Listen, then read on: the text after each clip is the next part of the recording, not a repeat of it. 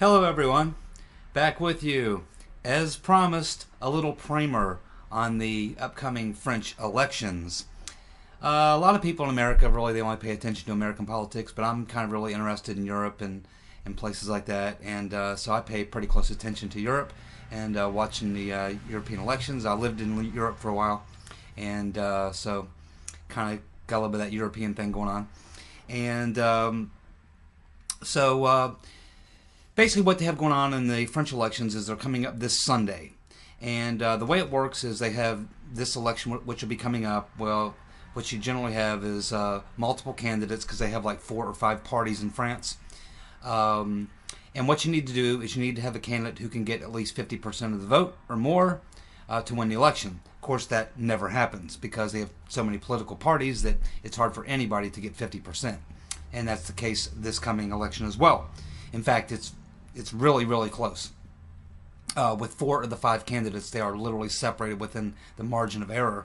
And then you have one candidate who's polling less than 10%, and he's pretty much out of it. He's still on the ballot, but he's not going to be a factor.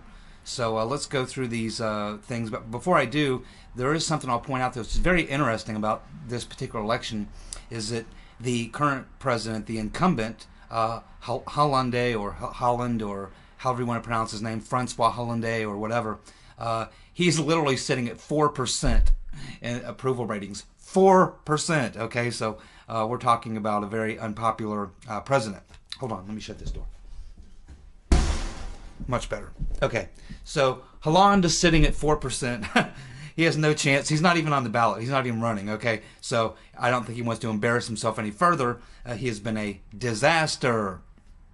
If you take a look at any videos of what's been going on in France, and it's hard for me to believe because I was in Paris 2 different times, and I remember being in Paris back in the 80s, and when I look at the videos that we've been seeing in the last few months of what's going on in the streets of Paris, the very same streets I was walking up and down in the shops and things that I recognized. And to see these migrants just running up and down the streets, just destroying shit, starting fires in trash cans, throwing bricks through windows, looting, attacking and assaulting people on the street. It's complete chaos. It looks like something you'd see in a third world banana republic or something. It's hard to believe that that's Paris, France, that I had been to a couple times, and it just doesn't even look like the same city. And I'm, amazed that the French police security forces haven't brought that situation under control, because it's not just one time, it's time and time and time again. It's almost a daily or weekly event in downtown Paris to have this. It's not even safe to walk the streets of downtown Paris. Tourism is basically doesn't exist in France anymore. And when I was there, it was probably 50% tourist. So France is in a bad way right now, and it has to do a lot with the EU policies and the immigration policies, the migrants flooding the place. They've destroyed that city, and on their way to destroying the whole country if something isn't done to stop it, which if it's up to the EU, that will not happen.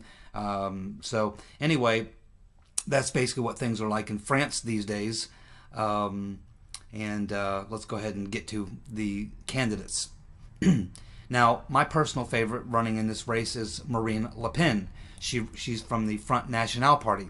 Her father started the Front National Party in the 1970s, although they were a real fringe party back then, really would barely get 10% of the vote. They were really kind of on the fringe. They are considered in Europe to be far-right extremist nationalist. But if you're an American, on economic policies, they're basically socialist. They're free market. They're kind of like free market socialist, I guess you'd say, because they do believe in capitalism, but they're very, very to the left of what you would consider to be a far right. A far right in the United States is nothing like a far right in Europe. It's a completely different world. So Marine Le Pen is considered to be the far-right extremist candidate, but for those of us in the United States, or say people in the UK, they look at her in the same group as say Nigel Farage or or a maybe a Geert Wilders from the Netherlands, Trump, that sort of the people who are generally put on the right. So that's really where Marine Le Pen is, and she's running really heavy on the anti-EU. She's the anti-Merkel. She's very opposed to their immigration policy. She wants to ban all the migrants from coming into the country. They're destroying the country. She appeals mostly to the younger voters. And she is sitting currently right now at 22%. 22%. Also, something about her, too, that is really different is that she wants to have, of course, the Frexit. She has a list of demands that she would like to present to the EU, and if they don't meet these demands, then she would want to have a vote for a Frexit. And she is very pro going back to the French lira. She wants to leave the Euro zone, and she wants to leave the Euro currency. So, anyway, there you go. Marine Le Pen sitting at 22% from the right Front National Party. Next, we have Emmanuel Macron sitting at 23%. He belonged to the En Marche party. He's a pro-European. He's a socialist Democrat, kind of like a Bernie Sanders sort of Democratic socialist. He is basically kind of a boring character, but he is sitting at 23%, a point higher than Le Pen, because he's seen as the sort of almost like a Jeb Bush, almost like, the safe pick. He's not too far to the right. He's not too far to the left. He's not totally anti-Euro. He's pro-Euro, but, he has some issues. So he's kind of like being played or panned out as the safe guy. If you don't want to go too far right, you don't want to go too far left, you don't want to keep the status quo with Hollande, this is your guy. So he's kind of the safe pick and likely to finish in the top three, if not to win outright. But he'll never get 50% in the first vote. Because what happens is if nobody gets 50%, then they have a runoff. And what happens is they take the top two vote getters and they then have another vote. I think it's 3 weeks later. They have another vote, and the two top vote getters from the previous campaign, they are the ones that run. So only the top two run after this first election, the top two vote getters. Next we have Francois Fillon. He's sitting at 21%. Now, he was actually doing pretty good. He was actually early on picked to be one of the favorites, if not the favorite, but he got caught up in some serious scandal, which is still playing itself out, of course. And what he did, he was an establishment politician. He's kind of a center-right, kind of like Marcosi or whatever his name was. He used to be the president there. He's kind of the center-right guy. So he sets up these jobs that didn't actually exist for his wife and his kids, which they created an office and created a title, but there was no actual work to be done. There was nothing actually to do. They were just like fake dummy titles, jobs in the government, for which they were paid large amounts of money, as in like six figures.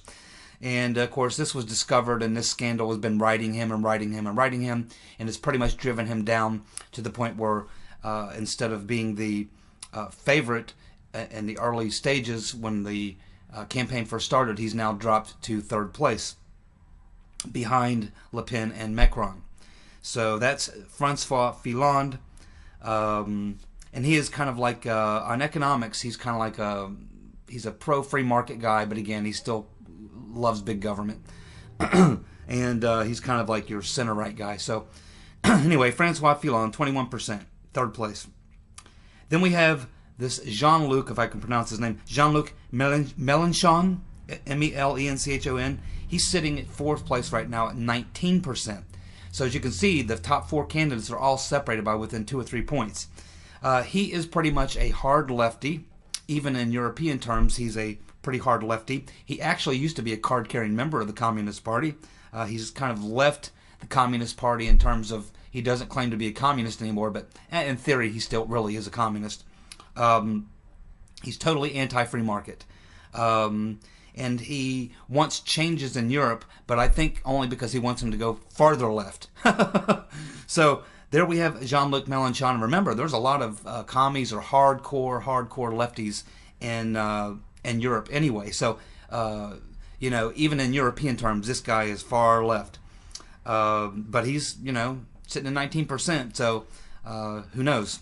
The thing that makes this very interesting is that with all these people sitting where they are, with Le Pen at 22, Macron at 23, Fillon at 21, and Mélenchon at 19, all separated very closely, there are 30% undecided right now. 30% undecided.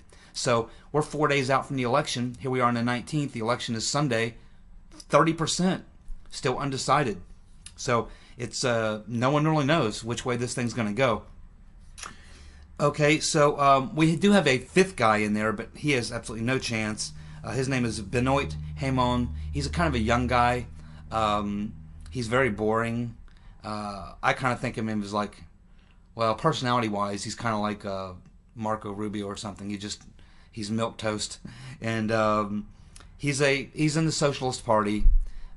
He's a mainstream socialist, and again, he's polling at less than 10% right now. He's just kind of a young, boring, middle of the road socialist. Nothing really too appealing. He has no great, plan. He has nothing like that. He's just kind of a status quo socialist. Now there are a couple. The two top leading polls right now that they have in France, again, because you have 30% undecided, the polls are all over the place, and there's a lot of polls, and there's European polls as well. But the two main polls in France really have this race really pretty spread.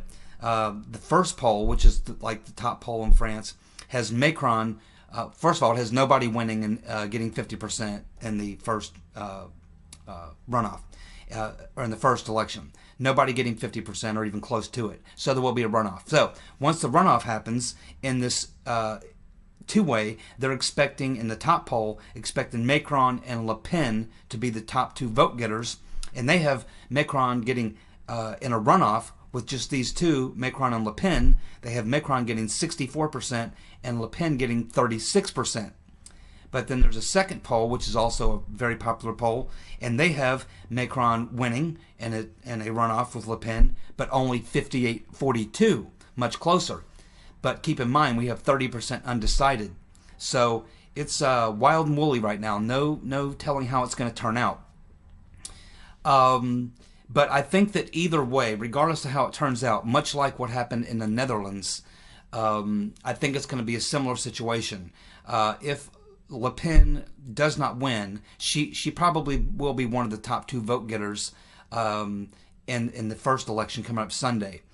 And if she gets through that, which it's likely she will, and she gets in the runoff, it looks like she probably would lose in the runoff, probably to Macron, possibly Fillon, but I just think the scandal is going to...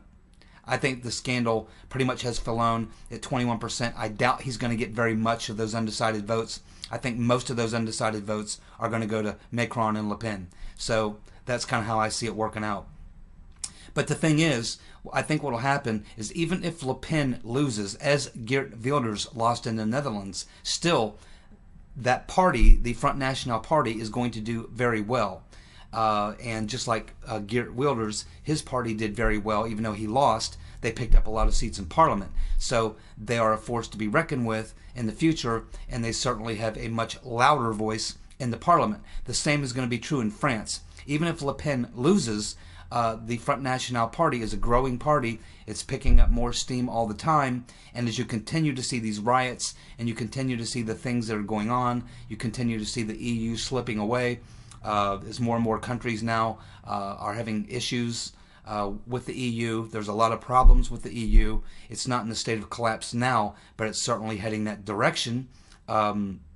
So I think that you're going to see the Front National Party do reasonably well in the years to come with parliamentary elections and things like that. So I think that they'll gain support. Even if Le Pen doesn't win, her party is going to do better, and views will have to be taken into consideration. It's a lot like what we have that happens here or in any democratic type system where, you know, you have the winner, like we had Trump wins here in the United States, and he runs a campaign and says, I want to do this, this, this, and this, and this. Well, there's certain things he can do with executive orders, just like Marie Le Pen, in her position, if she won, she could shut down the immigration thing. She could stop the migrants because that's something she can do without really a vote in the parliament. But many of the other things that she would like to do would probably require getting at least 50% votes in the parliament in order to get some of these things done, just like here in the United States, on things like health care and the budget and things like that. You know, Trump has to wheel and deal. You know, what he campaigned on, what he would like to do, and what he can actually do, you know, is two different things. Because, you know, unless you win with a gigantic mandate, you know, 70% or something like that mandate, you know, it's really hard. You have to wheel and deal. And of course, Trump won. He won a pretty decent majority in the electoral vote, but he lost the popular vote by a little bit.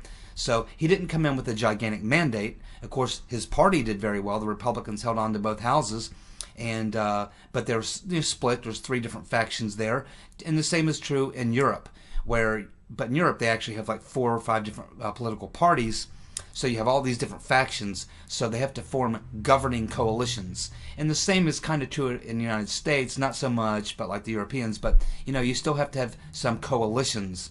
You know, you got to try to get, you know, certain group of people together. And so what happens in Europe usually is everyone has to kind of gravitate toward the center more. And that happens here in the States too, but there are times when you'll have enough people in the Republican Party that are like Tea Party, far right, or something like that, where you can more lean to the right. You don't have to go so as far as to the center. Or sometimes you'll have, like in the 30s, we had the big sweep with FDR, and it was fairly heavily weighted to the left, so he could get a lot of things done, and he didn't have to move too far to the center. He could stay pretty far to the left and get a lot of things done. So it's the same way in, you know, kind of in any democratic system where the president's not the dictator. He does have to get consensus. He does have to build some sort of a coalition to get certain things done. And the same thing will happen in France. So anyway, that's what we have going on. It is Wednesday, so 4 days out from the vote in France, from the first vote. We have sitting in number 1 position Macron, the Socialist Democrat, at 23%. Marine Le Pen at 22%, sitting second. The right from the Front National Party. We have Fillon sitting at third place at 21%. The scandal-ridden center-right guy. And then we have the ex-commie Mélenchon sitting at 19% in fourth place. And that's really where the race is right now. So we'll follow it. We'll see what happens on Sunday. Because it's so close, I imagine that will probably run well into the night. Probably won't have any results until Monday. So on Monday, we'll find out who the top 2 vote getters are. And from there, they'll have a runoff, which I believe is in 3 weeks. And that's when the rubber will meet the road, and we'll find out where those 30% of undecideds land. And should be very interesting. And this has a major impact on the populist nationalist movement that's sweeping the world right now. Obviously, Brexit was successful. Trump was successful. Wilders was not successful, but his party did well. We'll see what happens here in France. And it's really critical, though. The French vote's probably more important because French really is one of the 2 main countries that hold the EU together. It was really Germany, Britain, and France. But the UK was never totally in the EU because they maintained their own currency, whereas France gave up their currency. They do use the euro. But if France leaves the EU, if Le Pen wins and she doesn't get what she wants from the EU, which she won't, then she will have the Frexit vote. If that Frexit vote is successful, you can pretty much, that's the end of the EU as we know it. It will literally splinter. That will be the end of the EU as we know it. So that's why it is so critical that if Marine Le Pen wins, that could be pretty much the beginning of the end for the EU, at least ways in its current configuration. And that's why it's so important, and that's why so many Americans and Brits are watching this election very, very closely, because I think this election will have a lot to do with which direction the EU goes in, or rather how quickly they collapse, whether it drags out for another 15 or 20 years, or whether this French election becomes a major nail in the coffin of the EU. And again, it could unravel very, very quickly if France leaves the EU. You could see a mass exodus. So that's the primer on the French elections.